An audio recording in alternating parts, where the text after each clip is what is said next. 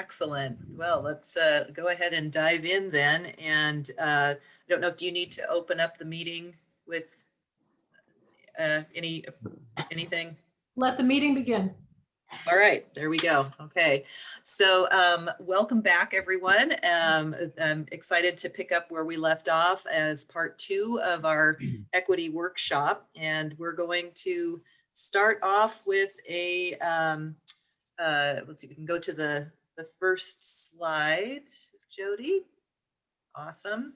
So we're going to do the same check-in that we did last time, just as a way, since it was a little lots of stuff going on to try and get us all together. So let's just take a deep breath and exhale, and then I will invite each of you to do a word or phrase that that's indicative of how you're showing up to our workshop today. And I'm going to go down my list as I see on my screen. So that means it's Slade followed by Toby.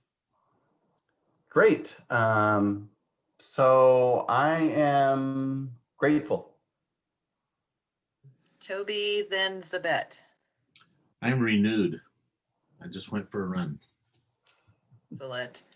Zabet, then Spring. I am enthusiastic. Excellent. Spring followed by Bob. I feel grounded. Bob, then Reagan. You are on mute, Bob. I am transitioning. Okay. Give me a moment and I will be transitioned when spring is done. And Reagan.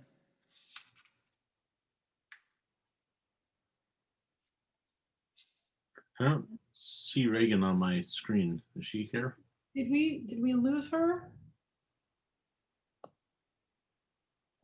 Her now either. She was out with animals when I talked to her last, so she might be transitioning also. Oh, here she comes. Well, that was fun. Sorry. All right. All right. Yeah, we were just doing our check-in word, Reagan, or phrase. So we're on you. My check-in word is ready to go. Excellent. Okay. So then next, what we're going to do is I'd like to do a land acknowledgement, and I'd like to acknowledge that we are all calling in from the traditional lands of the Coast Salish peoples who have lived here for millennia. I am speaking from the traditional land of the Duwamish tribe, a federally unrecognized tribe, though the Duwamish still walk among us. And I would like to recognize and honor the important role that the Coast Salish people have had as the traditional stewards of the beautiful lands and waterways we currently live on, enjoy, and continue to benefit from. Okay, so that being said, we're going to just dive in because this time is going to go very quickly, and this is going to be a working time for you as we go through. So very quickly, we're going to go to the next slide and just remind ourselves of what our norms are for equity conversations and discussions. So Mary, can I just, yes. I'm sorry to push a little bit of a pause button here. Stephanie Spencer, our Director of Teaching and Learning, is joining us tonight. Oh, great. She's going to be, because she's one of our data leads. She is our Awesome. well, not one of our data leads, she is our data lead.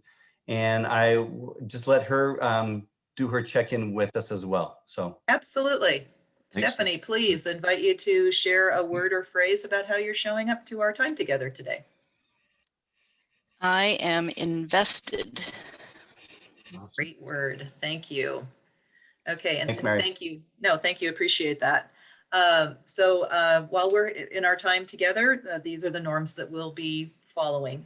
Speak your truth, which means all perspectives are valid and all perspectives are partial. I can share my perspective as a white woman, middle class, and it is only one perspective. Once I have shared it, I need to step back and listen to all the other perspectives that are represented so that I can learn from others and the views that they bring into this space. Stay engaged. It's at the end of a long day for folks, and so that can be challenging, but asking you to lean in, you know, physically if you need to, feel free to stand up, do whatever you need to do. And we will have a break at about halfway through. Expect to experience discomfort. We're in a learning space where we're going to be talking about some challenging things probably, and considering some new ways of looking at things, and that can bring discomfort. This should be embraced because it means that we are having an opportunity to expand our worldview around things. And frankly, if everyone here doesn't experience some level of discomfort while we're having our time together, I will feel I have failed as your facilitator, because it will mean that I haven't been able to present you with anything new for your consideration. Next is to be aware of our intent and own our impact. Many times we say, I didn't intend for that to sound this way or to land that way. But it doesn't actually matter what our intent was. The issue is how was it received? And if we say something that causes harm to anyone, then we just need to accept that, say thank you, because when we know better, we can do better. The next is to accept and expect non-closure. Because equity work is ongoing and will be ongoing, we get as far as we get. And then we have to be accept that and then pick up where we left off. I do have an agenda that I'm going to be working very hard to get you through. But I also, again, want to acknowledge that if we don't get there, we don't get there, and we'll figure out what to do as a result. And then I just encourage you to maintain a learner stance and remain open to new thinking. So let's move on to our next slide. And again, this is just a really, really quick reminder that we're talking about equity, not equality. Equality has been the way we've traditionally approached things, which is everybody gets the same thing. We view this as fair, but it doesn't take into account need. And so what we're going to be focusing on is how do we address what actual needs are, which means that we will be doing some things differently. And it means we will not be treating everyone exactly the same because their needs are different. Next, we're going to go then right into the brief review, data review. There were some specific things that I was told that you wanted to do a little bit more of a review over. So I'm going to turn that over to Slade and Stephanie and the board as to what items are related to that. And we have about 15 or so minutes for you to do that. We're ready. Stephanie and I are raring to go. We know that last time we kind of left off the graduation data and did not have an opportunity to take a look at the data around discipline. However, it was also interesting to me to learn more from Stephanie. And I know that there's differences between large districts and smaller districts and cohorts and the impacts of cohorts.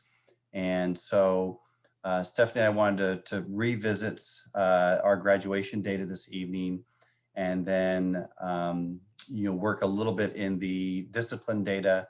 And we know that there's now 14 minutes, probably not 15 minutes.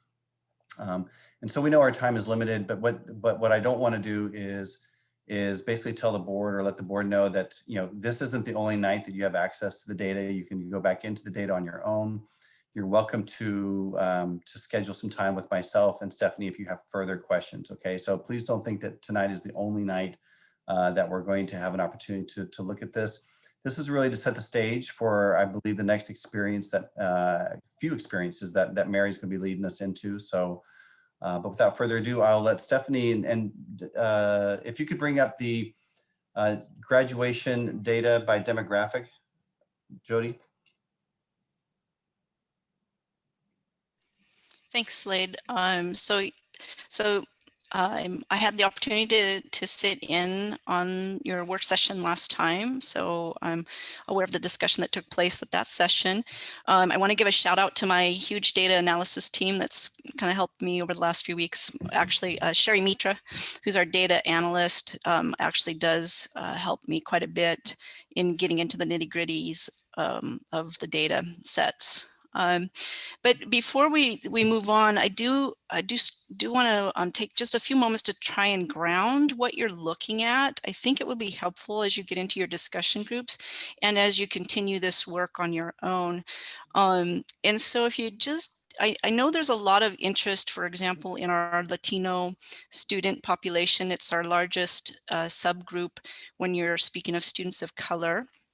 And just so you know, I am going to use the term Latino, knowing full well that some folks prefer Hispanic, some folks prefer Latinx, but in my reading and my research and my conversations with our community, Latino is the preferred term. So I'm going to honor that, and that's how I'll reference this particular subgroup tonight. But if you would just take a few moments, I'm not going to ask you to share this out, jot down description, few words. Who do you believe we're speaking of when we talk about our Latino student population?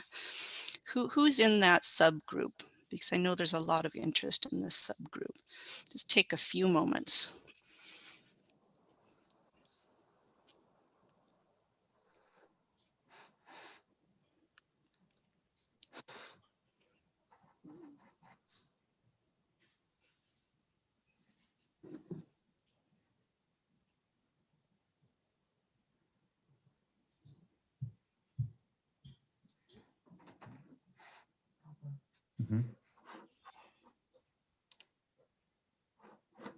Okay, and you can keep jotting down, but I'm going to move along because I know that we're pressed on this data section. So you may or may not be aware that the state takes direction from the federal government, and there are certain questions that we are supposed to ask all of our students as they enroll in our district around race, ethnicity, and the Latino population is one of those. And when the state categorizes, so when they report out Latino, they are including Latinos of any race. So once students are reported in the Latino group, they are no longer members of those other racial groups. And I'll show you a demographic of that in a little bit. So it's important for you to have that understanding, because I think sometimes we don't recognize the full diversity of that subgroup in our data. So you had a chance last time to look at data very quickly, and it's going to be a quick run through again tonight. When you pull up this data here, what you're looking at is the 4-year graduation rate for the class of 2020. So for last year's class. And I believe it was last week, or last couple weeks, when you were talking about this, you were curious about the numbers and how that plays a role in these percentages. And it is true when you have smaller subgroups that 1 or 2 students can swing percentages quite significantly. So this is where our trend data, traditionally, if I would come before the board, I often talk about our trend data because it gives you a little bit better idea to the pattern of what's going on. But what you're looking at is 4-year graduation. So those students who graduated what we call on time. And when you were looking at this last time, you noticed that Latino population, only 2/3 of the Latino population graduated in 4 years' time. The number on that subset of students is 12. So what that tells us is that 8 students graduated on time, 2 are continuing, and 2 are considered dropout.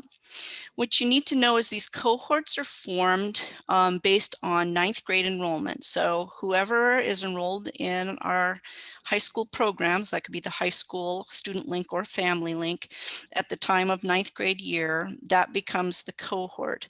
And it's adjusted as people leave the district, move out of the district, or move into the district. And those cohorts are actually tracked over 7 years' time. And so there'll be a 4-year, a 5-year, a 6-year, and a 7-year graduation for a particular cohort. So what we have is last year. I dove a little more deeply into that to give you an idea of what that looks like. And just know that I spent most of my time over the last few weeks really looking at the Latino population. So if you have questions about other demographics, I won't really be prepared to answer those in the time that we have. But if you look at that group of, we'll start with what we call the strengths-based. So the 8 out of 12 students who graduated in 4 years' time, 6 of the 8 actually had received English language services. One student actually came from Brazil early on. 5 of the students have been with us since elementary at some time, a couple at kindergarten, others 3rd grade, and 1 5th grade. And then the others came to us in high school. 2 of them were emergent students, meaning that they came for their first time in high school. So that's the graduates. The 2 that are continuing, and what you need to know is we actually code these. So each of these students receives a code from us. So if they're enrolled in one of our programs, then they're considered a continuing student. So the 2 that are continuing, one is a student link student and one is a high school student, Vashon High School student. And just so you know, the good news is when I was looking at the information, the one student in Student Link as of first semester actually has all of the graduation requirements credits done now, but is still working towards the testing standard. And it's possible that there may be one other like credit in a particular area that they need, but the credit count looked quite good. The other continuing student has an interesting story with us. It's a student who has been in and out of our schools, alternating between homeschool and our traditional schools ever since elementary. And so that student's a little bit harder to get a handle on in terms of where they may end up. As for the 2 students who've been indicated as dropouts, those are students who are not enrolled in a program with us currently. One of them had said they were going to enroll online, but we've been unable to confirm it. So it's an unconfirmed transfer basically. And then the other one is most likely dropped out based on history, a long history of attendance. Both unfortunately also are significantly deficient in credit counts. So it would take some doing to help these students find a pathway towards graduation in our current system, unless we were able to get them into alternative learning or into a GED program. So that's a little bit of history on those. So just to give you a little bit of data behind those students one way or another in terms of percentages. I did go back to 2019. Interestingly enough, it almost matches identically with the class size, the number of Latino students. Again, we had 12 students, 8 graduated, 2 did not. Of the 2 that were continuing, 1 graduated last year. So that percentage jumps up from 66.7 to 75% by that one student. So that's an example of how a small number kind of makes significant percentage swings. But similar demographics, this class had fewer English language learners in the graduated class. Again, the 2 students who were continuing, one was Vashon High School, one was a Student Link. The unfortunate news about the student at Student Link is that last spring when COVID hit, that student opted to go into full-time employment, which is obviously a great skill to be full-time employed, but we would really like to see that student re-engage and earn a high school diploma. And that student's close. So I know, I have no doubt that our different staff members are working to connect with that student. Okay, let's see. Stephanie, I have a quick question. Yeah. You indicated that we track students for 7 years.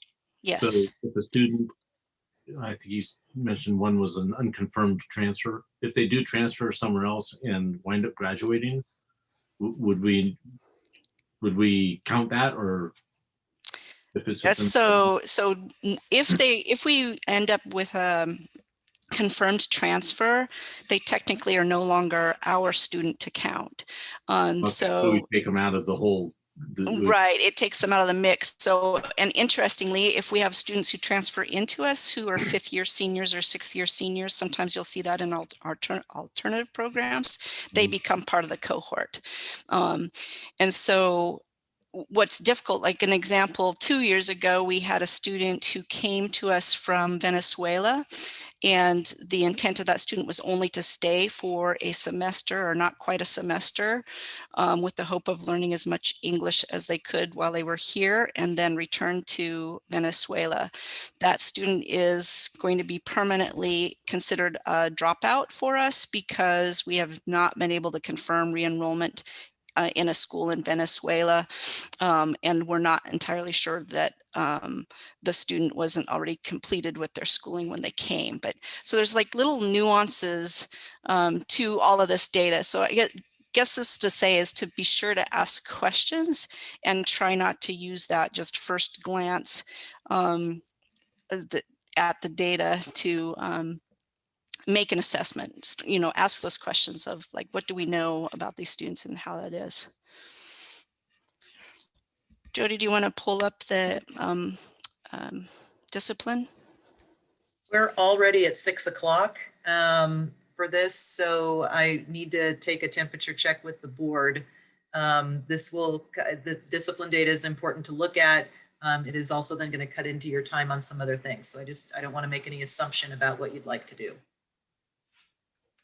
I think looking at this data is important, but I'm just one of 5. So what do you all think? How about if you want to stay with the data for 5 more minutes, raise your hand.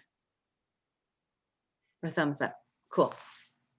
Yeah, I just want to say that the data is available anytime. So if we can hear maybe about the trends and not go through each statistical number, that might be a better use of time. And then we can go back and look at the data. So all I was going to say about discipline is to make sure you know what you're looking at. This is simply a student count.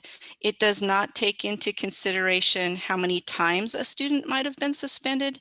It does not take into consideration whether it was a partial day, a full day, or multiple days. And it does not take into consideration what the offense was. It is possible that a student on this data sheet may have committed more than one offense or served more than one in school or out of school. And so it's just important for you to understand what it is that you're looking at in terms of that data. I think one of the things I'm really interested in is with discipline, I think we all know that what we were seeing, what has been observed is that a Black student and a white student will commit the same offense or break the same rule, and then one is more harshly punished than the other. So that would be really interesting if we had a way to see that in this data. I don't know. So you won't be able to. You won't be able to see. You won't be able to see that, but you're absolutely right. So it depends on how many offenses there are, the severity of the offense, past history, as to what those are sort of the guidelines that we use when we are handling a disciplinary issue. So someone who does something for the first time is likely going to have a lesser number of days or a different type of disciplinary action than someone who is a second or a third offender of a similar nature. So it can get really tricky that way to look at that.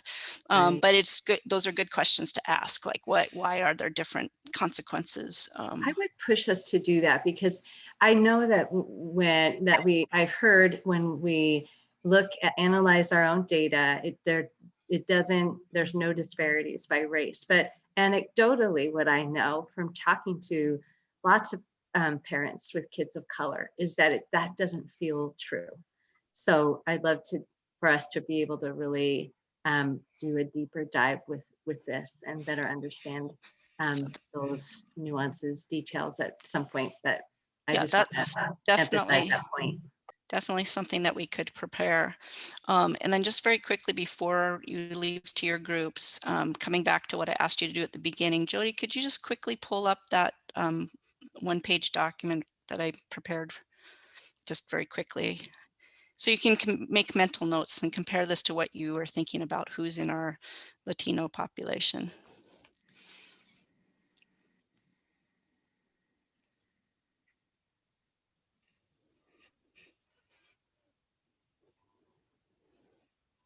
So here we have the race for our Latino population. It's just counts. We have 201 students. Currently, that's all of our preschool students through grade 12 as of this last week when I pulled the data.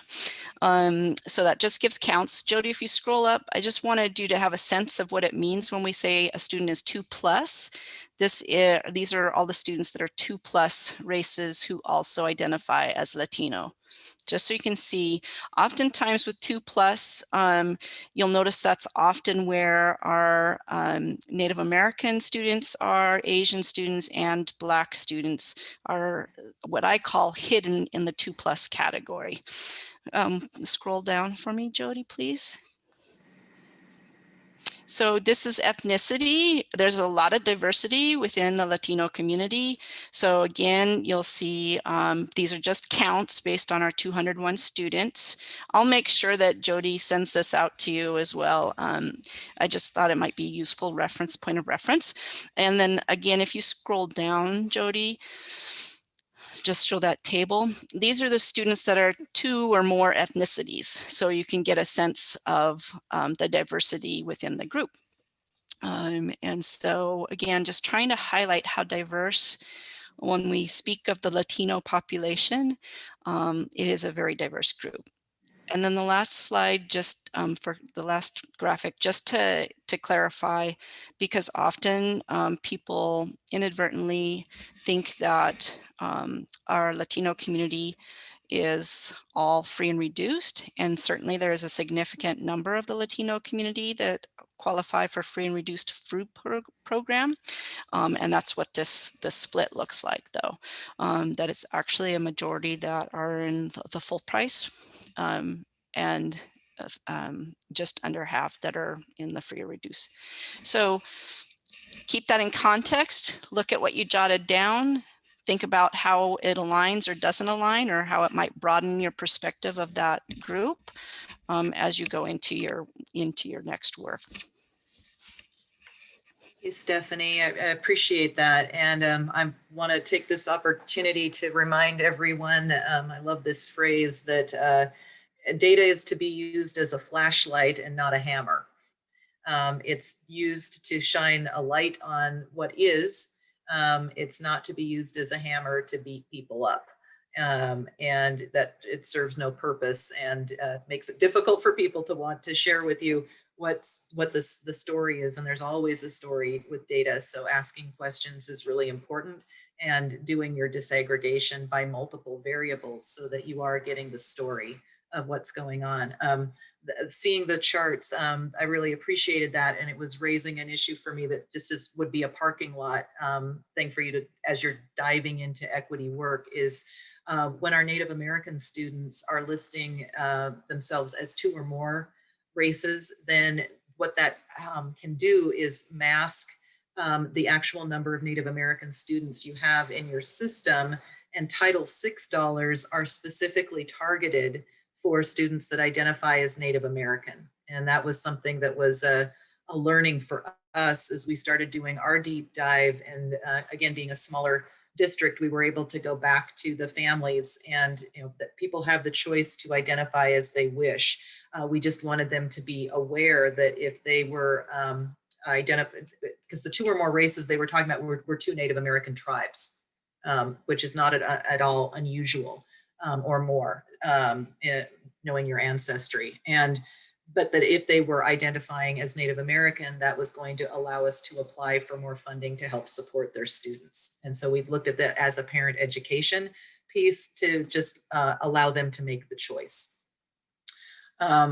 Okay, so that being said, what we're going to do now is hopefully you have all of your wonderful handouts that were sent. And I tried to make this as straightforward as possible to expedite your ability to maximize the time you have together. But you're going to be, the board and superintendent are going to go into 3 breakout rooms of 2 people each. And you have in front of you have the template of this, the big why question of why do inequities exist in the Vashon Islands School District? And this is intentionally broad because there are many access points related to the why of inequities. So there are no right or wrong answers. With this, it's just a place to start. And the purpose of this is to get below the surface of the immediate response we have and go down multiple layers until that we're starting to look at what the systemic issues are that cause inequities in any system. So this template is laid out in a way that whatever your first response is, why do inequities exist in the Vashon Island School District? Because ... Whatever that answer is, you turn it into a why question and say, and why is that? And then you go and put your second answer on. Whatever your answer is there, you say, and why is that? So that it's getting you deeper down, and we'll try to go at least 5 layers deep. If you are able to do more than that, that's okay. There is also on occasion a time where you have 2 important ideas to the group, and it's perfectly okay for you to go down to a certain point and then do a branch off and follow it through with 2 different things so I just want you to know that you're certainly able to do that to get as far as we can in the time that we have. So you will have 25 minutes to be doing this exercise, and then we'll bring you back. I will try to pop in and out of the rooms just to check and see if you have any questions. And then we'll be having a whole group discussion about this. And Jody will have some, I think, instructions for us, because the other piece I sent you was a graph for team 1, 2, and 3 for you to be able to populate what your responses are so that your colleagues can see it. Because that's going to be important for the conversation that we're having. So Jody, is there anything you'd like them to be doing while they're in their group to facilitate that part? I just think that if you have your Google Docs up and just populate the documents, that would be great. Awesome. Probably, in your group of 2, just have one of you, record have that Google Doc open and make that recording. If everyone had the Google Doc open, it's always helpful. And then in the end, that recorder, will then take those responses and put them in that final document that Mary is referencing, where we will share all of our responses. So, and Mary, you're wanting those Mary, do you want the responses from these individual groups populated into that document before we come back? If we can populate it in, if it's a live Google Doc, that would be great, because when we're doing your report outs and when you're doing the draft definition, it would be nice for people to be able to have that as a reference point. Great. So have your recorder go ahead and record the responses level as you're identifying those causes, and then leave yourself a little bit of time at the end to just copy paste into that final document. And Jody sent those links to us today. Okay, and I'm going to shift our time just a little bit. I've knocked off 5 minutes, so you'll have 20 minutes, which will keep you very focused on doing this. And doesn't have to be fancy. It's just getting your ideas out. Okay, Jody, I'm turning it over to you.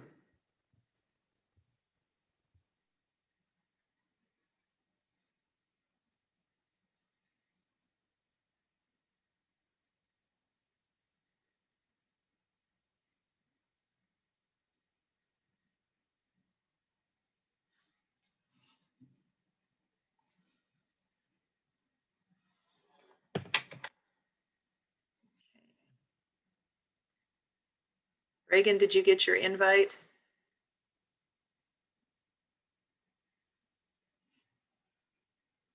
like the screen might be frozen.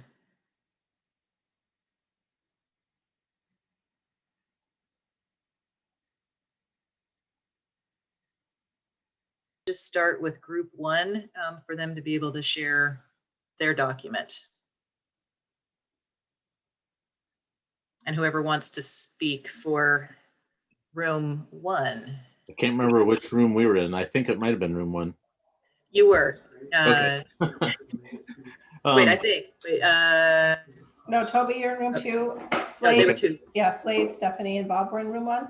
Okay, Okay. great. Thanks. I don't. Slade, are you going to share, or would you like me to share? You can share since Okay. you're the sharer. Okay. Sharer. Just give me.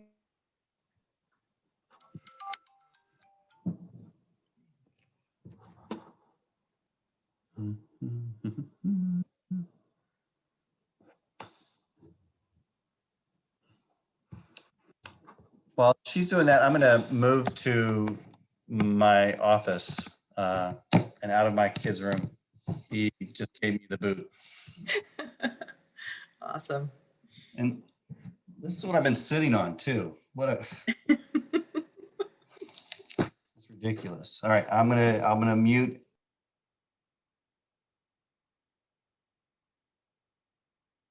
Okay, who would like to do the report out for group 1?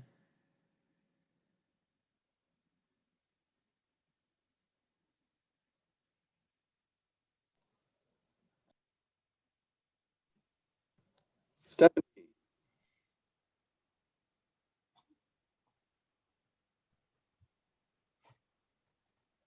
I was thinking Bob, the board member, should, but okay, we That had. Bob's what I'm happy to do if you want, Okay, you go, Bob. Great. because I'm so important.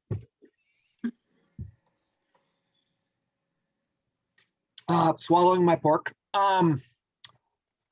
So the answer to number 1 is why do kids come in with different, I'm sorry, can you scroll down a little bit?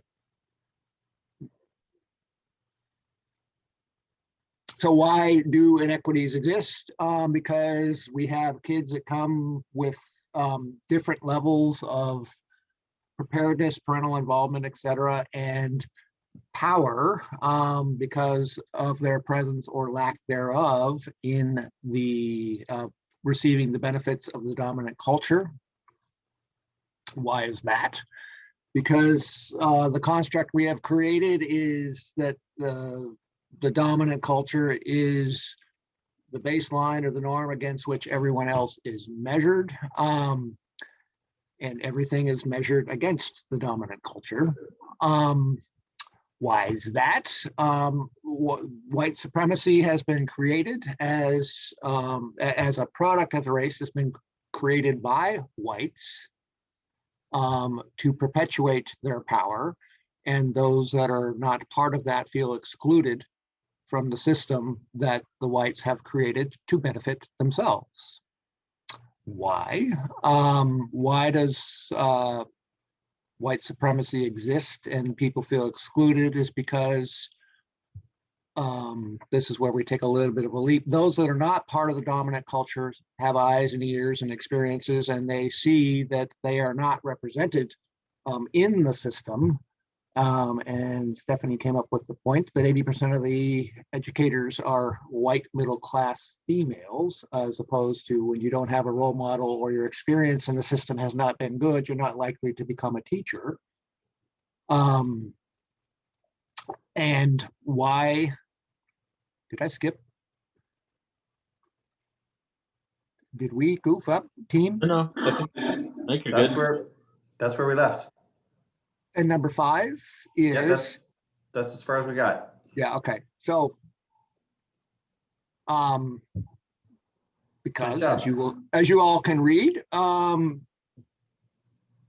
as I already said, everybody, you know, if you don't have role models, if you don't have people to aspire to or to be like, and furthermore, your experience in the education system has not been something that you would ever want to be a part of and perpetuate, you are less likely to become one.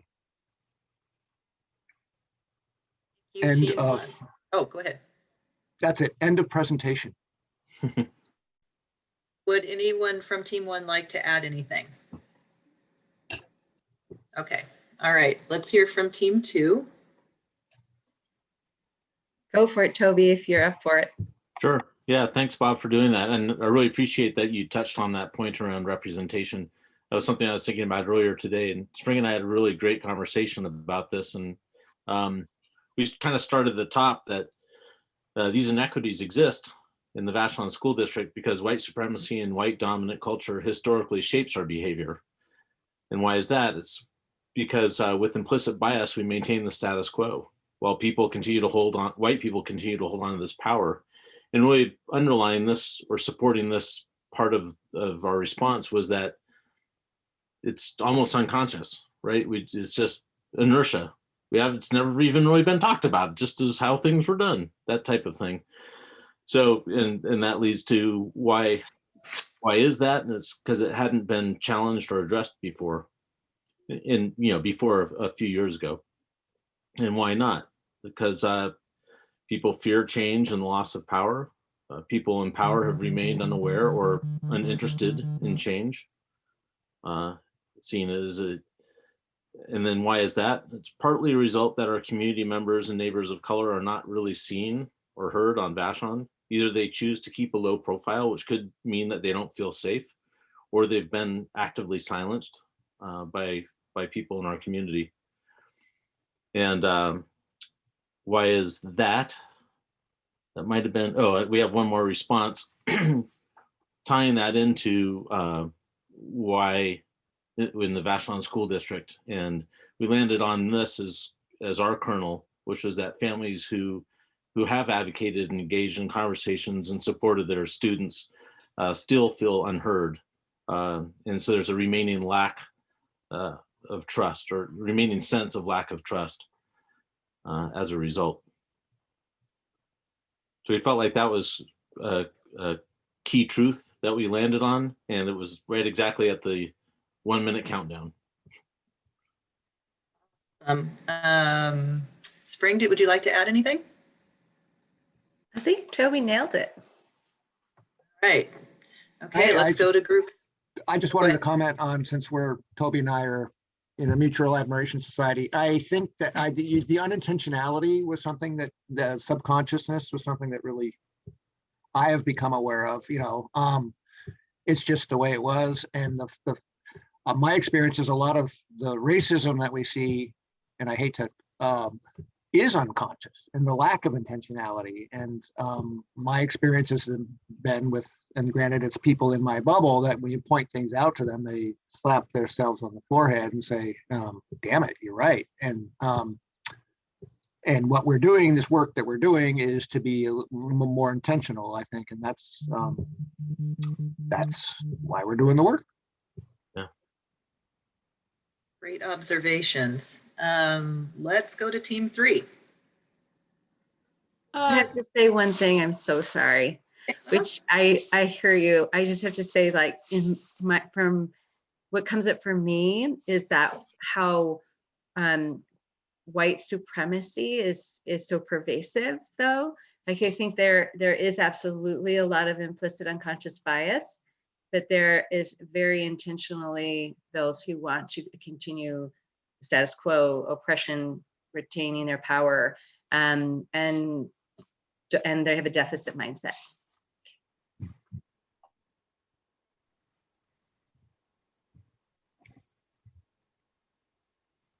Beth, do you want to go, or you want me to read it? Well, I would like to say that Team 3, we did our own special thing. Because we are super special. Because we're super special. And you'll see how differently ours was, or not. We just jumped ahead and started on the other form. But I will say what's interesting, it's really cool to see all three of these and how different they are, because I feel like Reagan, you and I were much more global. So it's really, I don't know. So anyway, so Reagan, you off you go. Okay, so why are there inequities in Vashon Island School District? Because of inherent biases. And why is that? Fundamentally due to a lack of shared experience between cultural groups. And why is that? Because some of those groups need to other, in quotes, other human groups in order to maintain divisions that benefit them. And why is that? Because those divisions become a basis for power and dominance, so that the privileged group can oppress or obtain resources or labor from the group that is less privileged. And why is that? In order to maintain that basis of power, there becomes a need to deny accountability for the harm being done to the oppressed group, so that you can tell yourself a myth about why the other group deserves to be oppressed in some way, and can't attain the same things that you do. Otherwise, you would have to have the accountability of realizing that you're oppressing them and being a shitty human being.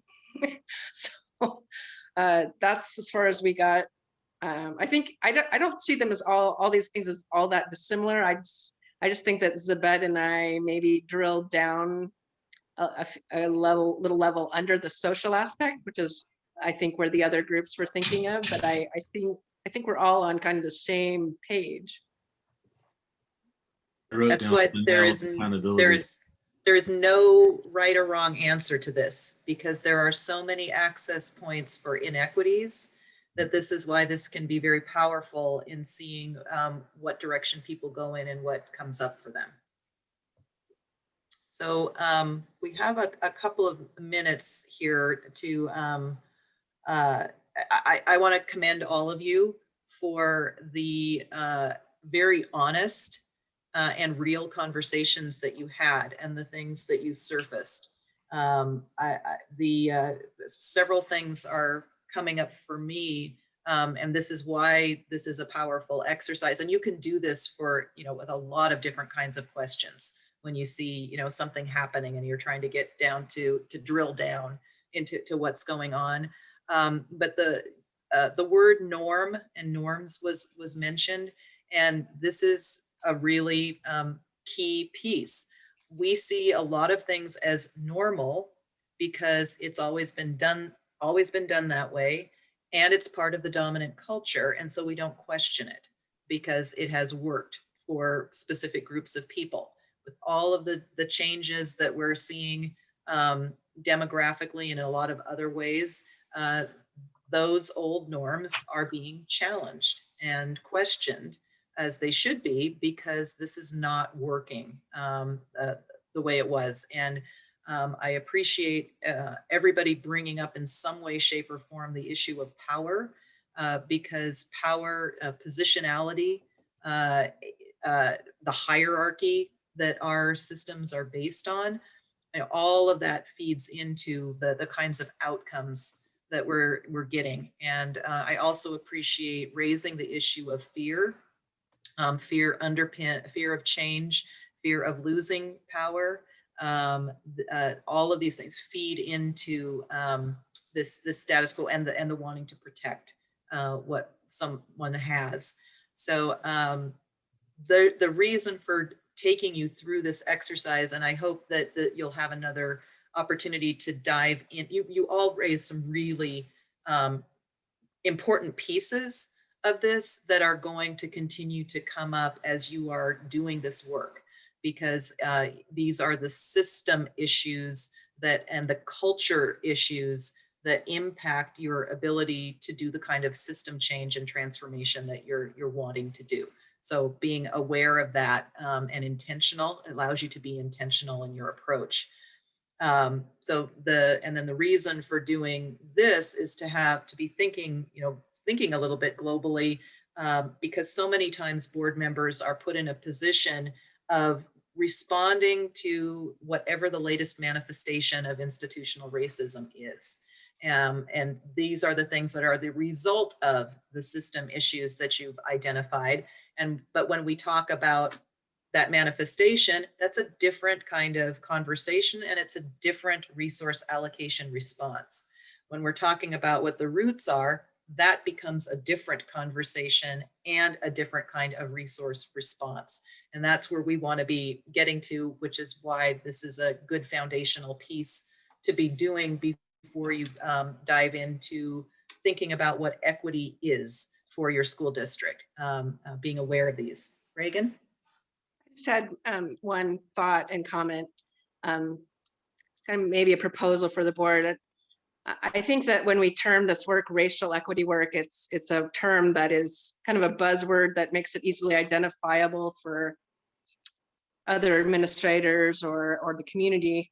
But by calling it racial equity work, the term itself continues to create a construct of race and otherness. So I would like to think of it more as human equity work than racial equity work. And because that's really the core of what we're getting to, is treating everyone as a human being without the constructs of race being the basis for opportunity gaps, but still recognizing, you know, people's culture, cultural history, and, you know, and belief systems, and, you know, their shared experience that should be shared with other groups. So that's just a thought that occurs to me when we start having labels on things that we're trying to deconstruct. Having a very strong reaction to that. Can I reply? I won't belabor it. Yeah, I'm hearing that, and I appreciate where you're coming from.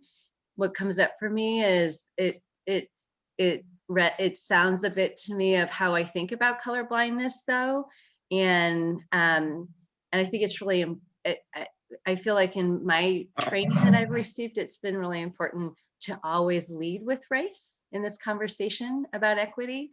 So I think I would have a hard time letting go of naming race in this work.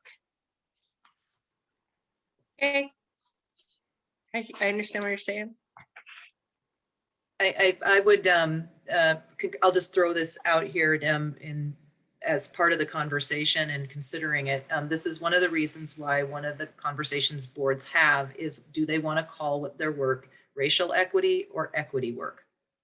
If you're calling it equity work, it's broader and encompasses race, but it doesn't necessarily lead with race unless you've intentionally laid it out in a way that it does so.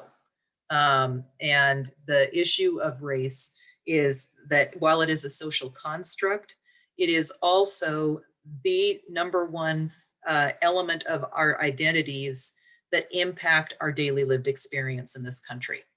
And so to not explicitly recognize that can take one, you know, can impact the ability to do the kind of deep dive that you want to do. So with that, I the number one determinant for academic outcomes, right? Beyond your socioeconomic status. So that's another, right? It's the strongest predictor. So I would like to give you all a 5-minute break so that you can stretch, do a little self-care.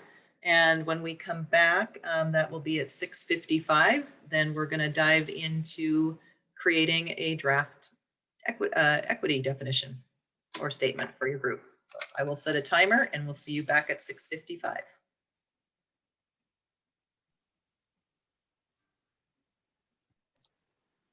Jody, we can move to the next slide when you're ready.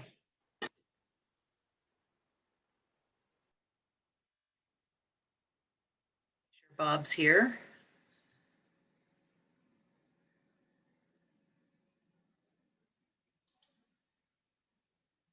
Slide here. Okay.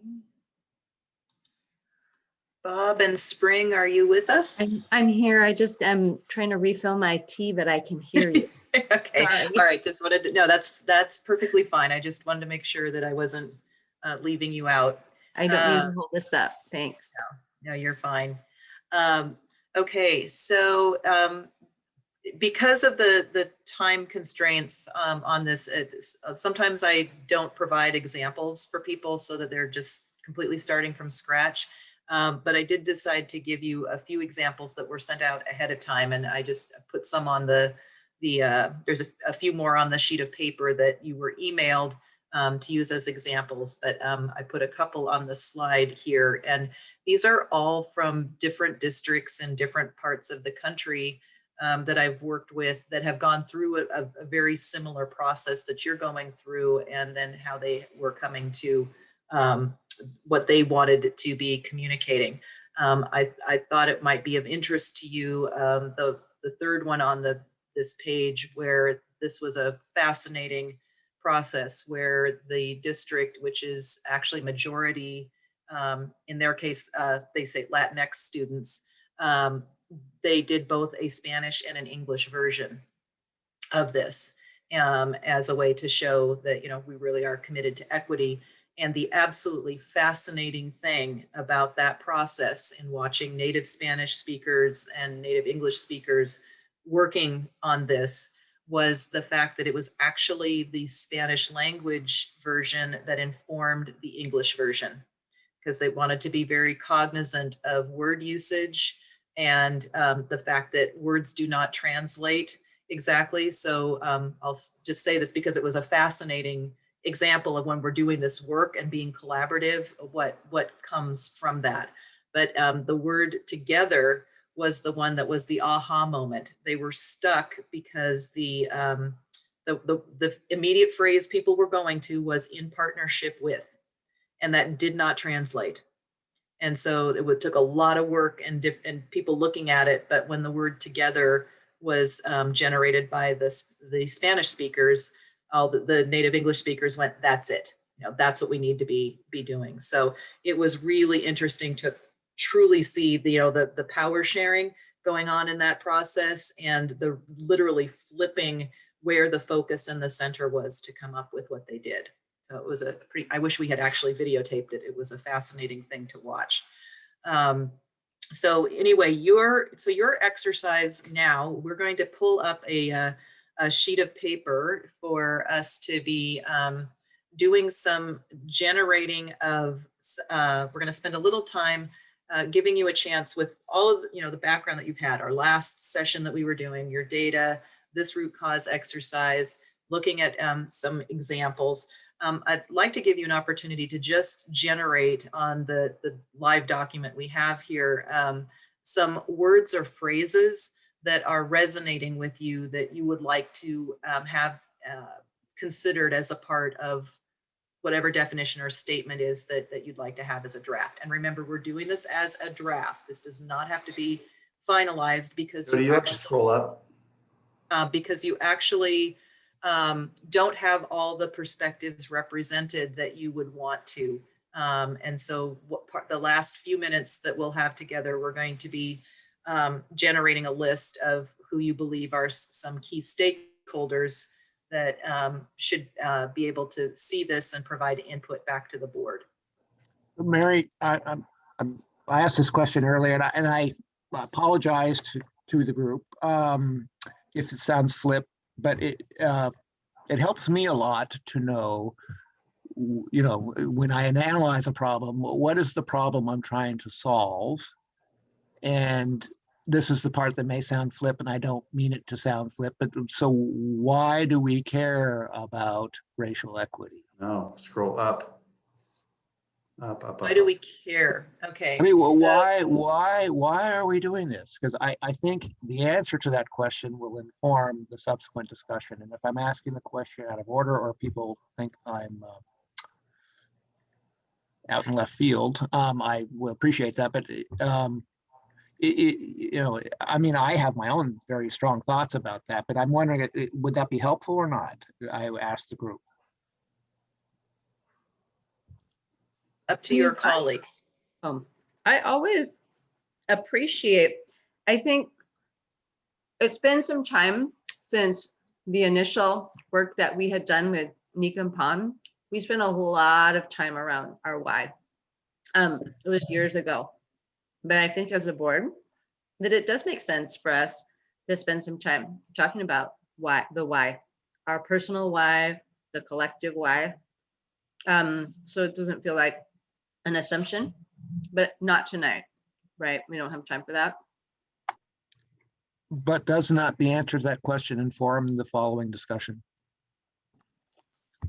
Not necessarily. Well, in my- the issue here is you're looking at how you're defining what equity or racial equity is for the Vashon Islands School District. And in coming up with that, the reason you're in, my understanding of the reason you're engaging in this is that there is a recognition on your board in looking at your data, in hearing the stories of the people that you serve, that what is going on currently, whatever that thing is not working. Not all children are experiencing success. There is not a sense of everyone being seen, that everyone feels included or welcomed. And you are responding to that in wanting to do something different. And so what you know is what the inequities are.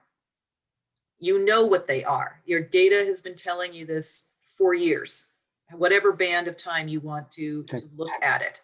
And what you're trying to do is develop something that says, this is what it means to us to know that this is what we are accomplishing, that we are making progress towards, this is what we are striving towards. So we're trying to take the narrative that you have, which is, the inequities, the results of those inequities. So what's it going to look like if we have equity embedded in what we're doing? That makes sense to me. Thank you. It's also not, we're not trying to create the single strategic statement for the whole district. We're really focusing in on the definition around racial equity, which I was kind of struggling with these constructs earlier today, thinking about this conversation, but once I got there, it helped me. Because what you come up with here is going to inform the work around your strategic plan, around your policies, around how you approach resource allocation so that it is equitable. This is the underpinning of this is why, this is what we are working towards. And a tangible output of this could be to go back and revisit our racial equity policy. Absolutely. And as we've talked about, I think, Bob, you actually were the one that proposed modernizing it earlier this school year. We all agreed that was a good idea. And this seems to be like the substantial material way we can do that. Right. And I would encourage any board that has an equity policy or a racial equity policy that you should be reviewing it at least yearly, because this is a journey. And as we know more and learn more and we're doing better, we should be going back and saying, you know what, we're moving on the continuum, and this is a change that we should be considering for it.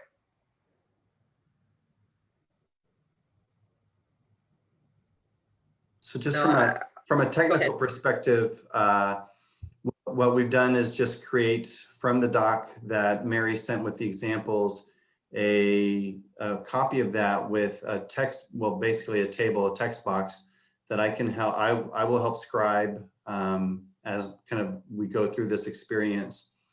And again, just to reiterate the kind of the notion of draft and the ongoing work of it. So I appreciate you highlighting and focusing on that as well. It's not going to be a final, but it's going to be, our goal is to get a pretty good idea of what it is that is important to you.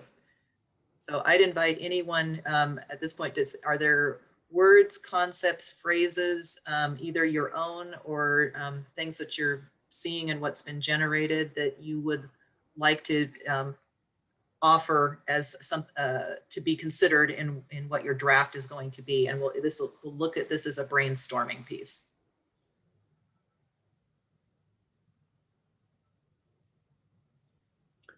I think I'm just thinking about words. I think recognize needs to be in there. I think community needs to be in there. I typed up my own draft of it, but I'm not gonna steal anyone's thunder and read it. Then go, Spring, go. I'm gonna step back and allow others. I like the word dismantling because it's active and it's recognizing that the current construct needs to be taken down. Pose the word accountability.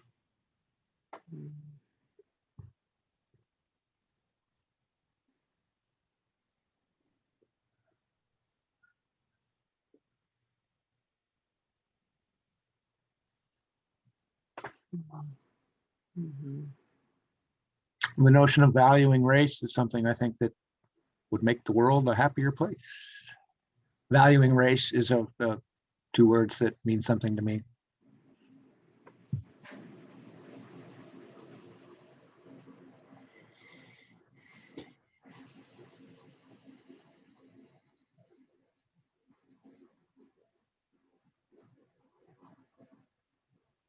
This might be a little tutti frutti, but often in these definitions, we see an emphasis on accountability and dismantling, as we're talking about, which are super important. But part of the end goal is to allow kids to be joyful about learning. I don't know if that's the tutti frutti part, but is there something in there around, like, does success look like kids are joyful? Mhm. Yeah, I agree with that, Toby, because I keep thinking of like, what's the word I'm looking for that's sort of like non-judgmental. It's not non-judgmental, but I think actually the word I think it's like kindness and respect. Loving yourself. Pride.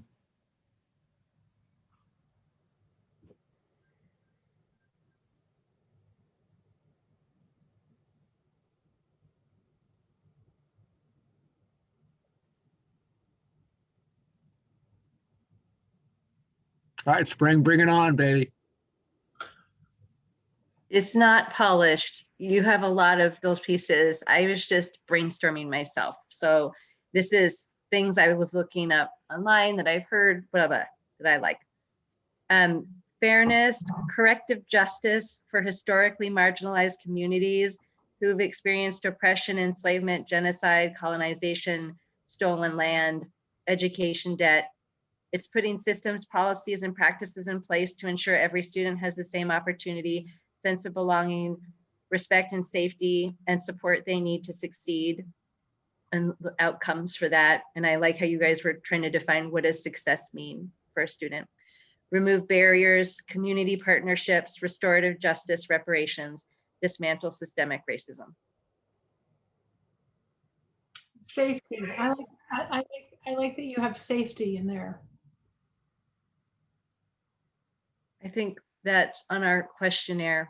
You know, do you feel safe? Do you feel like you belong? Can't learn if you don't feel safe. Had a lot of powerful words and concepts in there, and I'm trying to figure out how we can capture that in the up above. That was there was a lot of great thoughts. It may just have to repeat the ones that weren't captured a little more slowly for the people typing. Who's typing? Spring, can you send that to me in an email? There we go. You can cut and paste it. I'll put it in there.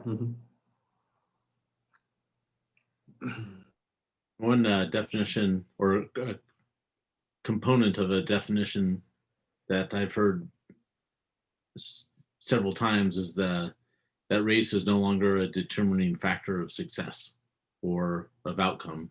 I don't know what that last word is, but yeah, the concept of eliminating the predictors, the historic predictors that we've had, people definitely use that. I've used that as an umbrella way of a lot of issues, because your data is predictable.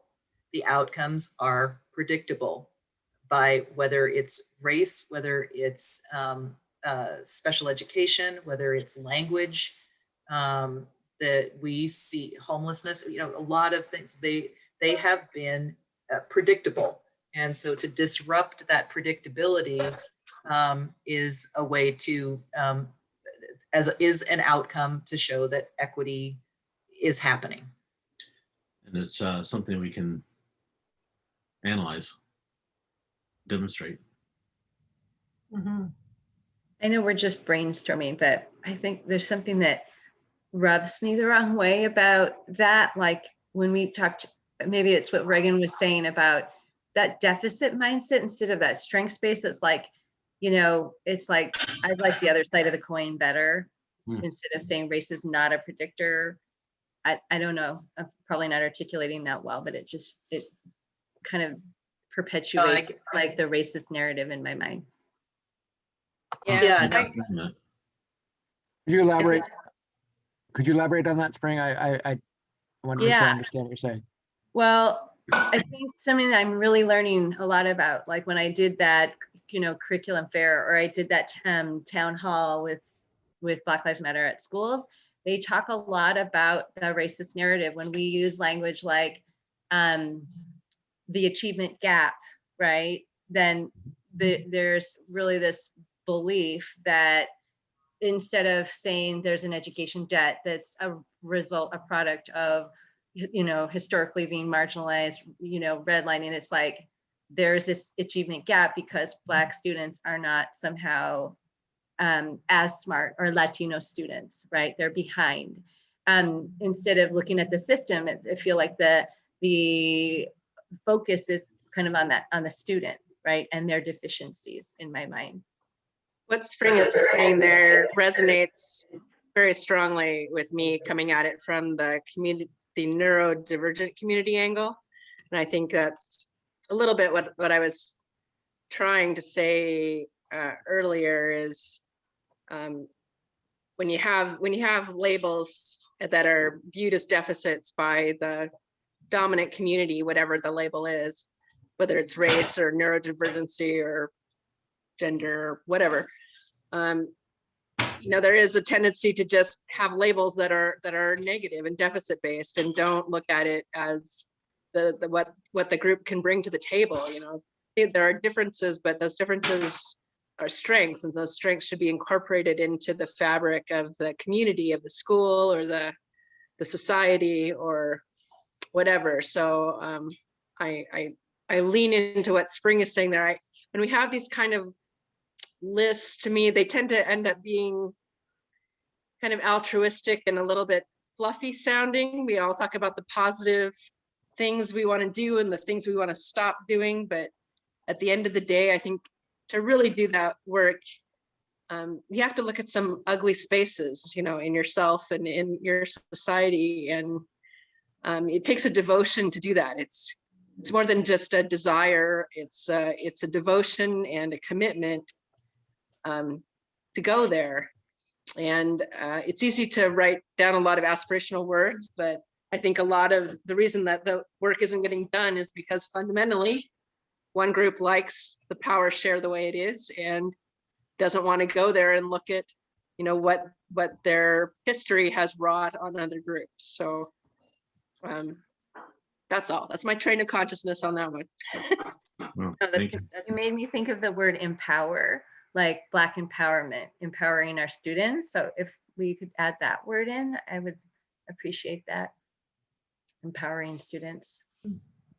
I really like, Reagan, I'm glad that Slade, you wrote it down, that differences are strengths and should be woven into the community. I think that also, that speaks to that same point, that we're not, I don't know, we're stronger because we're different. Thanks, Spring and Reagan.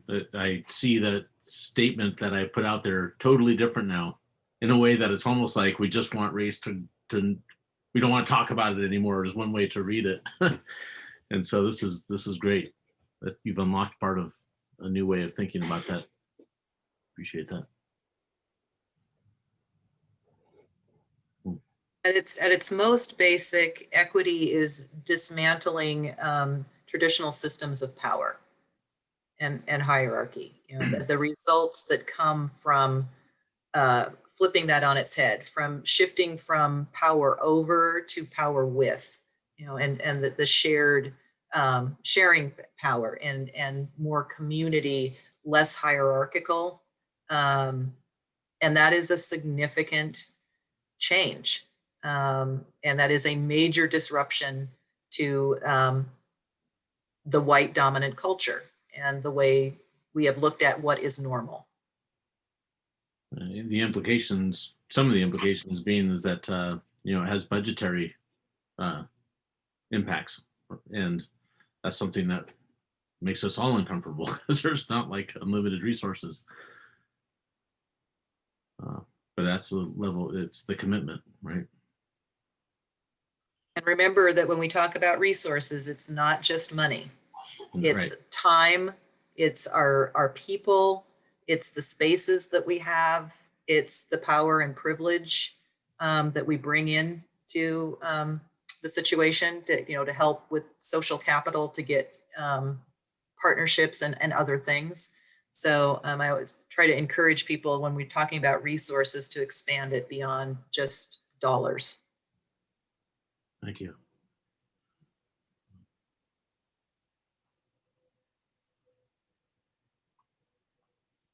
Okay. Well, you're generating some really important things here. I'm wondering if there is a, if we're surfacing the concepts that you'd like to consider, if you have a brave person on your team who'd like to take a stab at constructing some type of a sentence to work off of, you know, a sentence or two that we can play with. I had one more thought before we take that on. Please do. Mm-hmm. When you think about the power sharing concept, I think when one group has been oppressed for so long that creating the space to share power, they're not likely to step right into that space because of a lack of trust, perhaps. So I think it has to be more of a power offering at first. You have to create the space to offer them the opportunity to have real power in the system so that you can develop a more equitable footing, I guess. So I think that you have to be more intentional and more active than just being willing to share. You have to offer and encourage as well.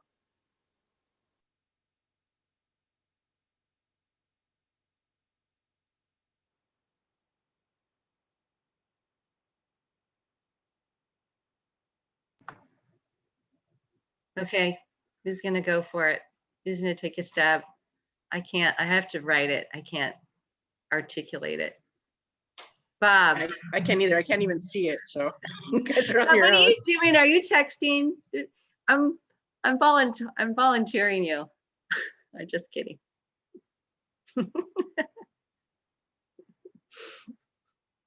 You're on mute, Bob. Probably a good thing. I had a nickel for every time somebody said that. We're looking to what? To in real time, turn this into something real? I'm offering for a brave soul. You've all surfaced a lot of really important words, concepts, thoughts. And so I'm encouraging and opening up for a brave soul on your team to generate a start of a sentence or two that we could work with. And you have been voluntold. I think like Spring, I would do so much better with a chance to noodle this and kind of look at it and do it offline and send it around to the group, but that doesn't sound like an option, does it? Well, it may be part of the work that you do. Again, this, like I said, we get as far as we can get on this, and people have different ways of processing information. And so want to be respectful of that.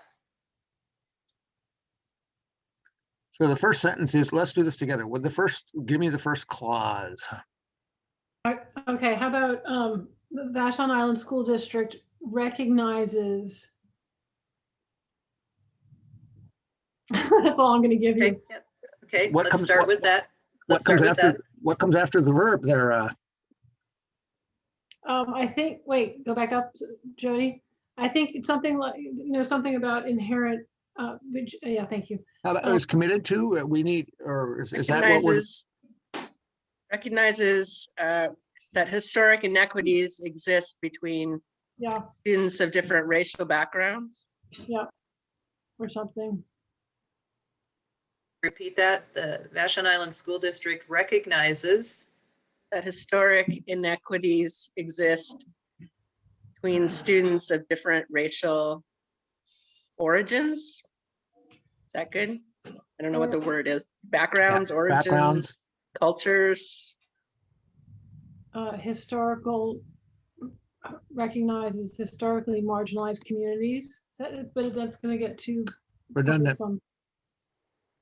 But I'm thinking of saying, we recognize that there's been historical racial equities and we commit to dismantling the systems that perpetuate Yeah, the systems, something along those lines. I okay, like let's get that the- out. I Maybe we like take that our instead systems. of dismantling, I mean, we are dismantling, but again, I'm like the other side of the coin is what I like that wording I had found online about putting in place systems, policies, and practices. So there are existing ones that we have to take apart, but beyond that, we have to develop and institute, implement new ones that are intended to empower every student to have the same opportunity and support to succeed. So maybe we should just say both. We're dismantling and rebuilding. We're doing both. We're going What to about- dismantle and we're going to rebuild. Dismantling and replacing. wait, what if we say, Vashon Island School District recognizing the historical inequities that exist, comma, and then you put in your positive sentence after that I like, that you had spring. That's good. It would be recognizing that historic inequities exist. Recognizing, not recognizes, but I think a minor it- detail. I think you have to say what the inequities are about, and they're about race. I think to me, it's like not historical inequity is historical, it's oppression, enslavement, Yeah. right? Okay. It's not the inequity itself. It's what caused the inequity. Yeah, the inequity is a result of oppression, Racial- power structures, etc. Stick it to the man. We probably won't put white supremacy in our, but that's where We could, let's just call it what it is. I mean, that's what, yep, white dominance, white supremacy. I mean, it's kind of colonization, right? Are you wanting to say that oppression exists or that oppression has impacted groups of Passive existing white. is one thing, but the issue is the impact that this is having. About we recognize that racial oppression has led to educational Caused. or social and educational inequities or whatever. Yeah, caused. Caused active verbs, people, and lose that. I hate the word that. So I'd say racial oppression made sense to me.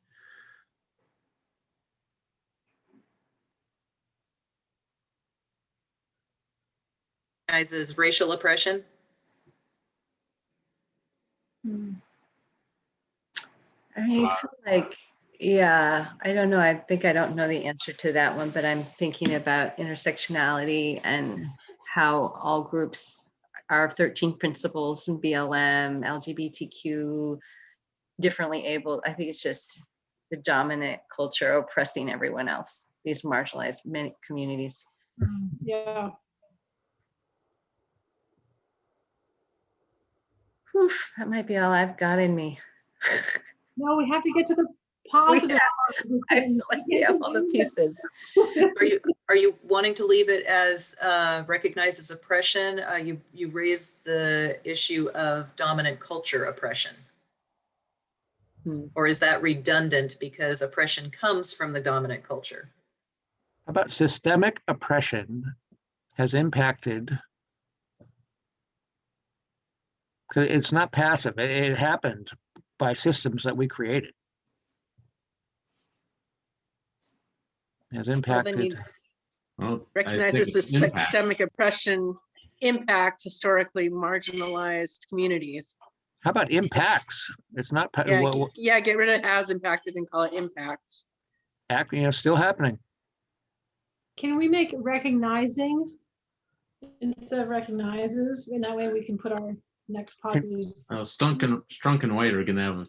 Yeah, Pick VISD, up for that. recognizing systemic oppression.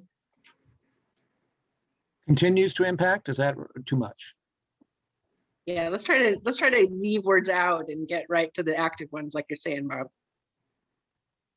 Marginalized communities. Is that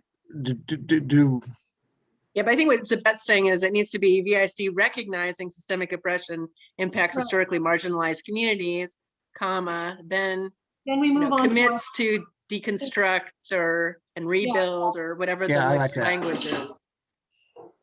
What Reagan said. So it recognizing, Slade, when you get, I know you're doing a fantastic job, Slade. English wasn't his strong suit. No, but Toby's going in there. Thank you. I think I was really thinking about how you guys were what I was hearing was trying to define success, because I'm really thinking a lot about, the outcomes that when we think about what are we going to measure, what are these inequities, traditionally it's like that achievement gap, test scores, graduation, high school completion rates, right? Like grades. And you guys talked about love and joy of learning, and I'm thinking about thriving. I'm not coherent about all of that yet, but I'm trying to work that through my brain right now. When we say succeed, I feel like maybe breaking that down a little bit, defining that. If we're gonna, this isn't our policy, it's a statement, but just how important that is to really break that down. Like, what is the inequity itself, right? What is it, are we saying that's graduation? We're saying that, I think that feeds into the racist narrative though, when we look at test scores. So I'm getting hung up there. Mm-hmm. Yeah.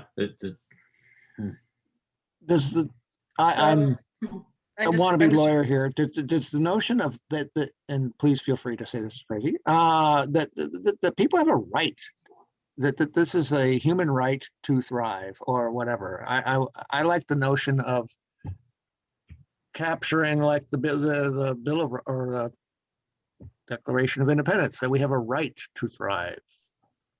Mm-hmm. Good, again, just spitballing here. That thrive is a great word because it covers a lot of different things, and that includes succeeding, whatever that means. If someone is thriving, they have these things that you're talking about. They have opportunity, they have access, they feel respected, they feel safe, they're getting the support that they need. I like what you were saying, Bob. We said that every student has the same opportunity. I think it's interesting to think about that we are putting in place this. It's not about just the opportunity, but they're right to that, right? Well, yeah. I'd say in place to, rather than ensure, protect every student's right to thrive, have a sense of belonging, respect, and safety, and support that they needed to succeed. Good. Too many. Every student has a right to thrive. So VISD, recognizing systemic oppression impacts historically marginalized communities, commits to put in place. Oh, he's going so fast. I'm losing it as I'm thinking about it. Dang, you're fast, Slade.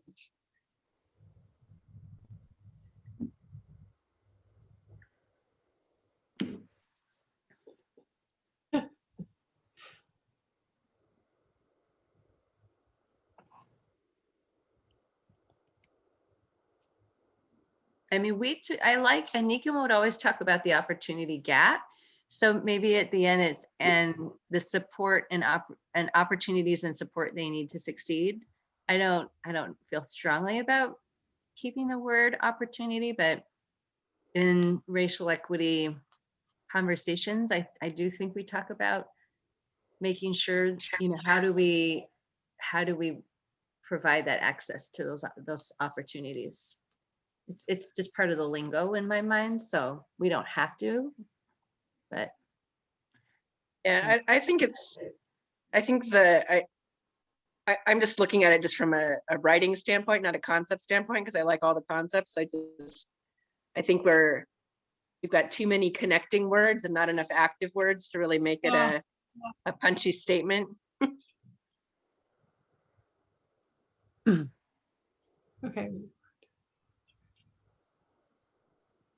create put in place, opportunities. I would eliminate to put in place. I would say commits to anti-racist systems policies, and just take out to put in. Institutes policies, implements, Enact. enact. There you go. Enact policies, yeah.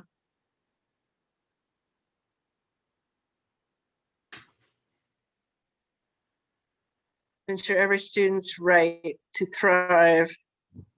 Equitable sense of belonging, respect, and safety. Can we tighten that? I think if you have respect and safety, you have a sense of belonging. So I would, if it was me, I would eliminate sense of belonging just because it's awkward. Mm-hmm. Maybe replace it with community, you know. What about barriers? I feel like you can, you know, there are, it's an acknowledgement that for BIPOC communities, there are more barriers. Do we commit to trying to address, to actively remove some of those barriers when we have the ability to? Yeah, we could have a second sentence there where it talks about removing the barriers to create a sense of belonging. A less negative way might be to create to talk about the end state rather than to create a community free of barriers. Right. Mm-hmm. Yeah, and rather than say eliminate barriers, to say that we will create a community that has these positive end state characteristics. Please don't use those words. So are we going to get rid of belonging in the bold belonging that's already there? Equitable sense of respect and safety. Okay. I would say right to thrive, respect, safety, and support they need to succeed, or needed to succeed is what I would say. Yeah. We can take out equitable sense, can't we? Can't we just say right to thrive, a sense of belonging, respect? Or do we want to throw equitable in? It just seems awkward to put it there to me somehow. I think that we can, but Slade, belonging might be better in the next sentence. Yeah, that's what I agree. Where we're going to have I think the end of the first sentence should say needed to succeed, not they need to succeed. So we needed to succeed. So right to ensure every student's right to thrive and have the supports they need. No, what are you saying, Reagan? I can't see it. Okay. Right. Commits to enact anti-racist systems, policies, and practices to ensure every student's practices needed Yeah, oh boy. Now it's No, deconstructed, so I have to think about it again. We talked a lot about power. So I'm really rooting for putting empower in there, because I really think something that is clear to me is that we are sharing power. Comunidad, our Latino students, every individual already has power, and it's sort of like it's part of their right. They have agency, they have self-determination, they have their own power in their own lives. So I like putting empower them, right? Sort of just, it's the strength space. It's assumed you have power. It's the system that's been trying to take or hold, has had more power. They haven't shared power, right? So if you can figure out a way to put empower in there. Good. That's Slade. That was good. Yeah. Is there a sense of shared ownership or something around that? I don't know, trying to think of ways to get at this sense of belonging without saying those words. This may be a friendly, I mean, this is starting to read like, forgive me for being too blunt. It's starting to read like you shall not wrong, or the BIPOC kid is entitled to everything, all these virtues we're talking about, but we're not saying all of our students cherish all of our differences. And do we want to incorporate that concept? It's focused on thou shalt not wrong the BIPOC kid, as opposed to I'm a little we're bit creating a community. I want to play off of, well, I still have the thought in my head. I'm sorry, Bob. I want to play a little bit off of what Bob just said and say, I don't like the words enact and create, because it leaves us in that place where we're perpetually starting this work. We're perpetually beginning. And even if that's true, that's not our end goal, is to perpetually create and enact. We want to be in a place where we're living that. We've created a community where we're living these things in real time every day with every group. And so that we have a sense of, where we want to be, and not always where we're starting from. And, so I'm not quite sure how we word that, You but made I me think of just that. kind of riffing off of what Bob said there. Riffing off what you said. Nikum always reiterated racial equity isn't a checkbox. It's not like, oh, I put in place, I created policies, right? It's ongoing. It's the lens, right? That racial equity can we somehow figure out a way to include how, like you're saying, Reagan, that this is a way of a state of being. Racial equity isn't just a thing. It's a sort of a state of being, right? It's this lens. It's a way of seeing the world. I have no idea how to put that in our statement, but yeah, maybe someone else does. Promotes a community where these things happen. Promotes a community, a daily education, an educational community where these things happen. And all these other terms that we put in. Strive to create. No, not because we don't want to be beginning it. We want to be living it. yeah. You're hitting on the concept of embedding things, that this is the way we do business, which is literally changing the norm that is in place now that reinforces inequities. And you're shifting, what you're trying to do is shift the norm to this is business as usual for us. It's everybody's responsibility. It's what we take into account with all of the decisions we're making. So it's a culture.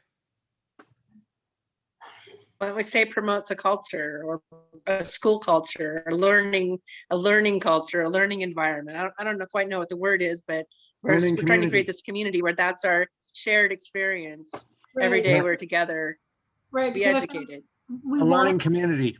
We want it to be about students, but it also has to be about the community that takes care of teachers. Yeah, it has to be teachers and administrators and everyone who is a part of the system. I hear you, and but we're talking about I know the word create is not what we want here, but we're the idea of that we live in a community. Actualizing. Yeah.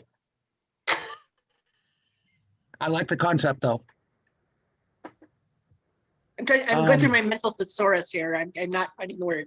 I like something that really speaks to me. I'm just thinking of new words to throw in there. My brain's getting a little mushy, but there's the organization Education for Liberation. Liberation to me is like this concept I really appreciate when it comes to like the end game, right? Like the empower, the thrive, liberation. I don't know if we can find a place or if anyone else likes it as much as I do, but to me, it is like the vision, liberation. That's all I got. I like the concept. The only thing I worry about is it's a little bit open to everyone's individual interpretation of what liberation means to them. And I think in a statement like this, we want to be trying to make things as universally recognized as we can, so that we have a clear target of what we're trying to hit. Mm-hmm. But I like the concept. I think it goes to your empowerment. I think liberation and empowerment for me are very parallel. It was the picture of the students looking at the field instead of with their stool box to have this be at the same level. There was no fence anymore. I don't know how we can put that into words, but that's the vision I hold always. I think that our sentence is close. So if we actually just read it again, commits to enact an anti-racist systems, policies, and practices to create a community free of barriers. Yeah, except take out the word enact. We need a different word than enact, because we're living it. We're not starting it. Uphold. Live, commits to live in and. Yeah, there you go. Make it simple.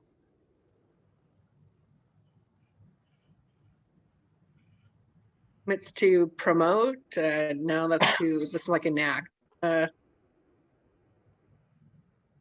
think of a good word, but live is probably the closest. Do we even need a word in there? We just commit to anti-racist systems, policies, and practices. Yeah, that's an idea.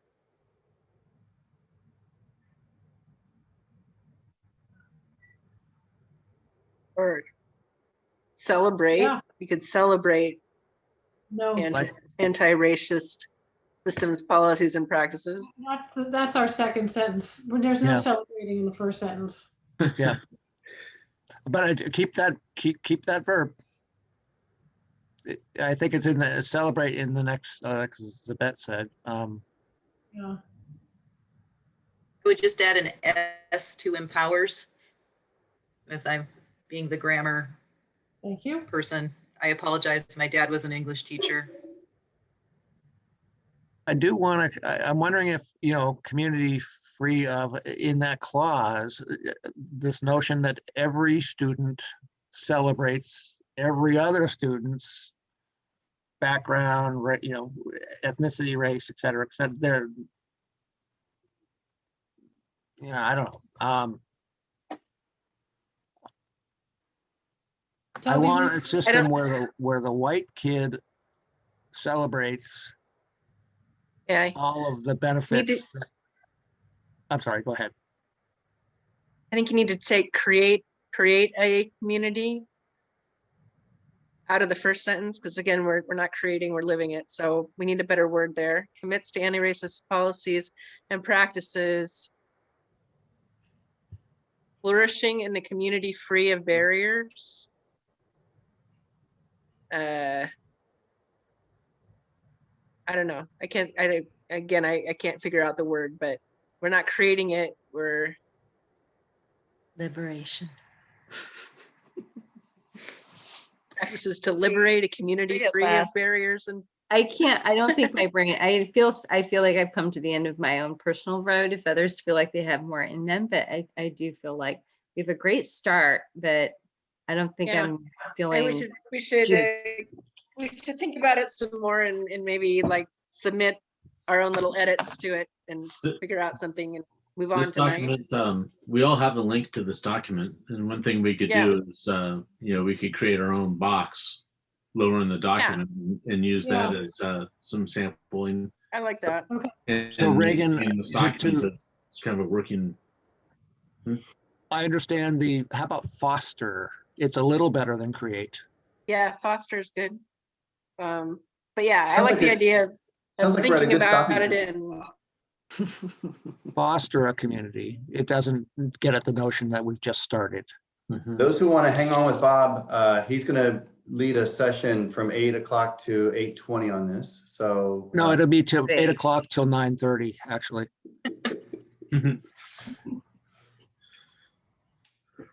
So you are very close, and you've identified the things that you want to have in here, and they're all, this is great, and this is speaking to you, and it's what you want to see happen. With the word liberation, one of the things you could do is you could start your second sentence by saying the outcome, or I'm trying to get to the concept of our goal is for to see I'm getting stuck too. It's like a vision.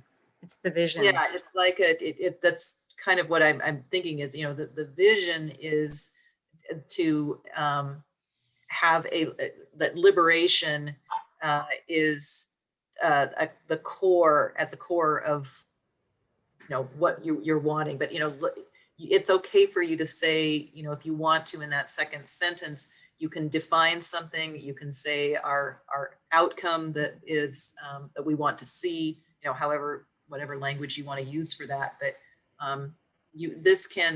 that second sentence can provide some meat or explanation around what your first one is.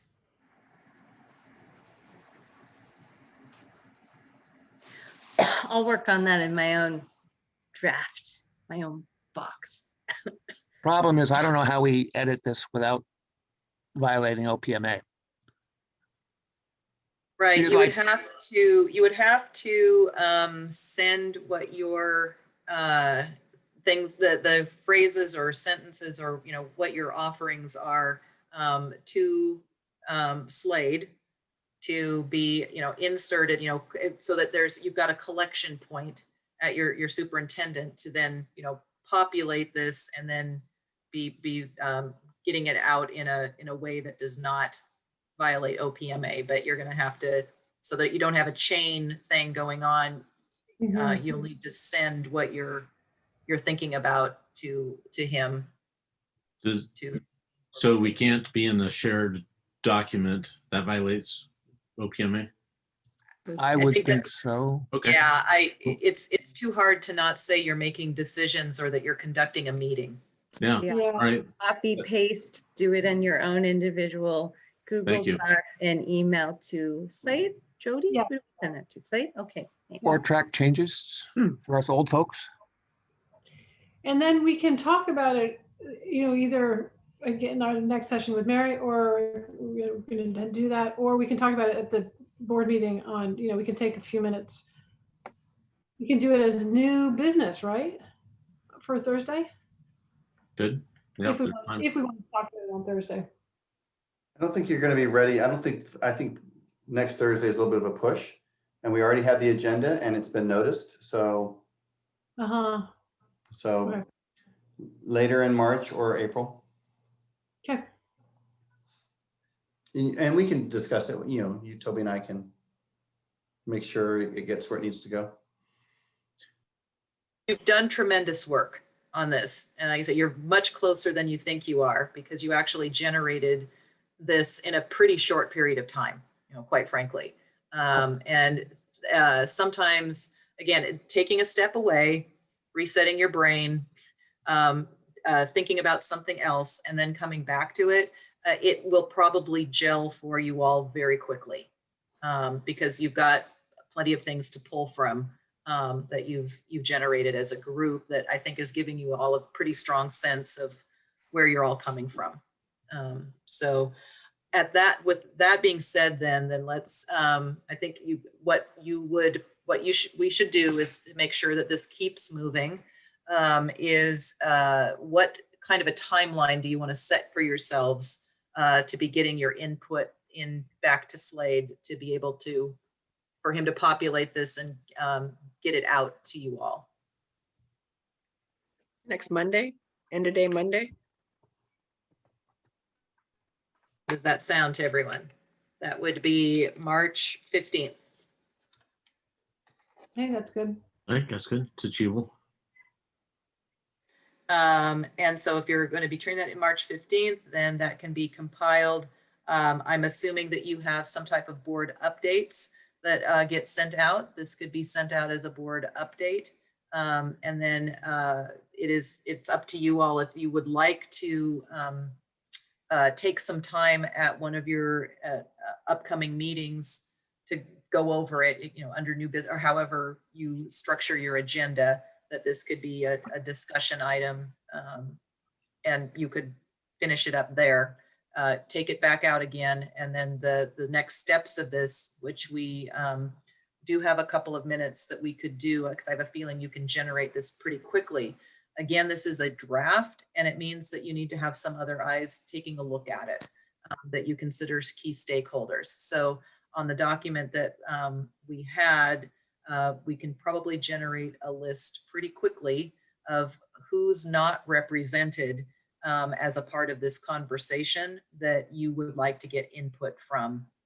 And just, recognizing that people will have some things for you to consider as they're looking through it. So the first group that's coming up for me is there's not student voice represented in this.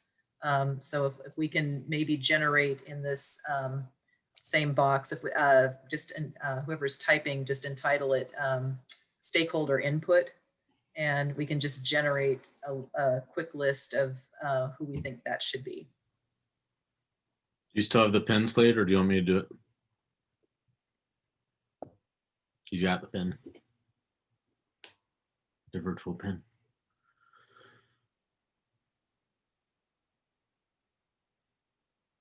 Call out what perspectives are not represented in this conversation that you would like to get input from.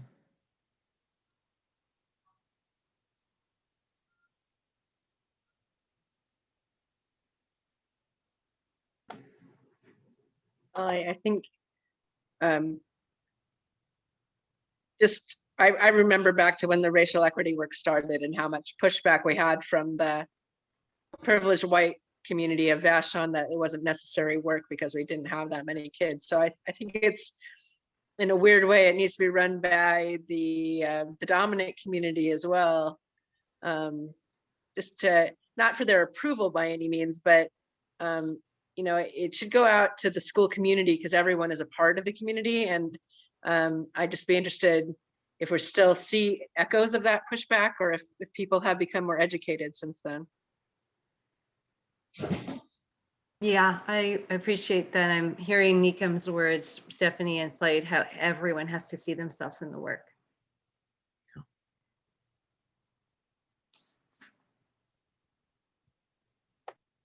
How do we incorporate, staff involvement, since so much of this ultimately is what happens in the classroom and in the school and the school buses and lunchroom and all that?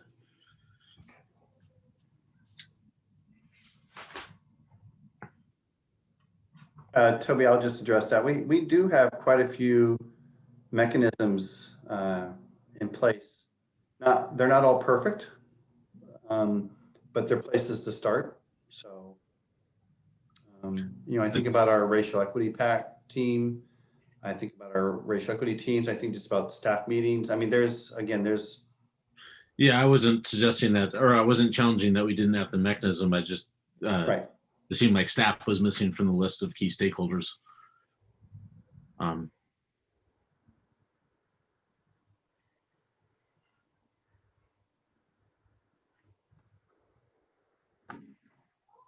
think it's nice, I think of it as someone was saying, probably Mary, just how we're not making this assumption at all that this is you know, that this is a complete finished product, that this is just as a board helping us enable us to get at least consensus here. And once we have that, then we'll make sure all those voices and everyone's represented and all stakeholders have input. And hopefully there's going to be some consensus there. But I feel really good about just us as a group seeing this more clearly on the same page together. It would be very awkward if we didn't in this work.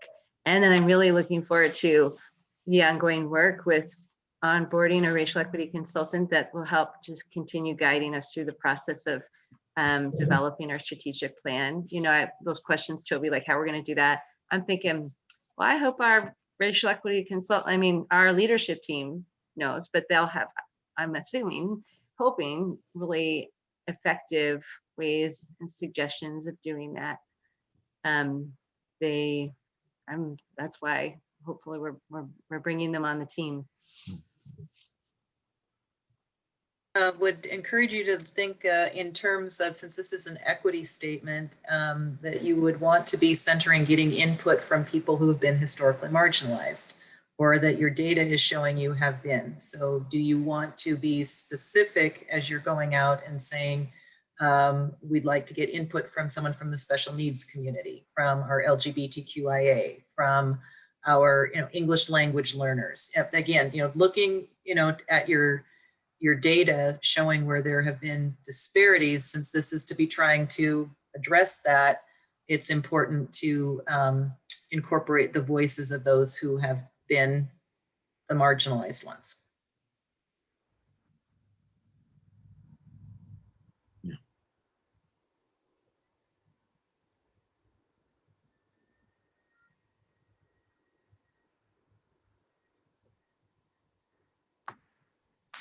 Okay.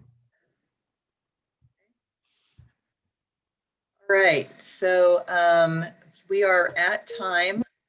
I want to commend all of you for your awesome participation and engagement, and what you've generated.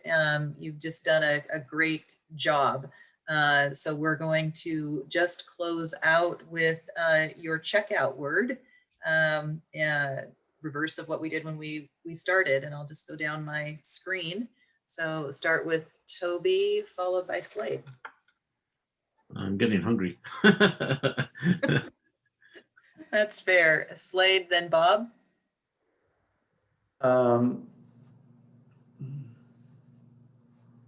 Wondering.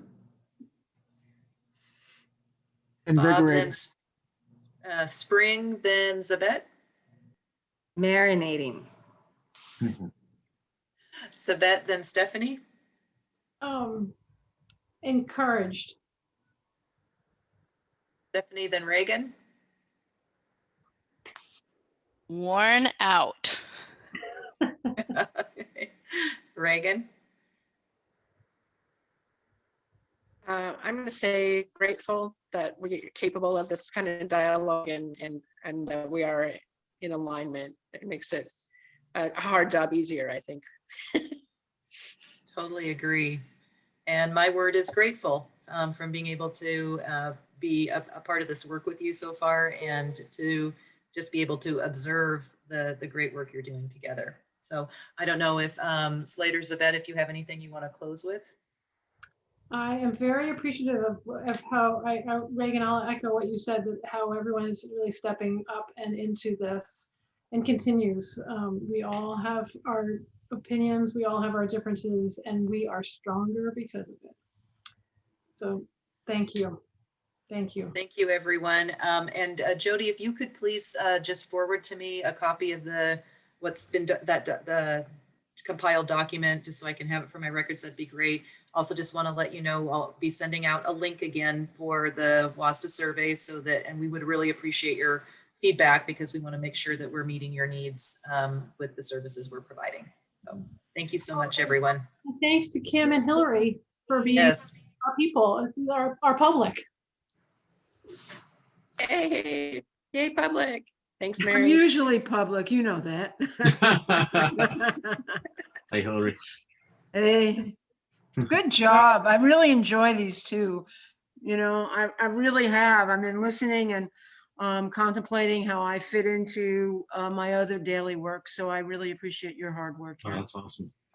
Great. Yeah. I kind of wish Thank more you. people would show up. It's good. This is great. Great work. All right, you all. Hi, people. Good night. Have good dinners if you haven't eaten yet.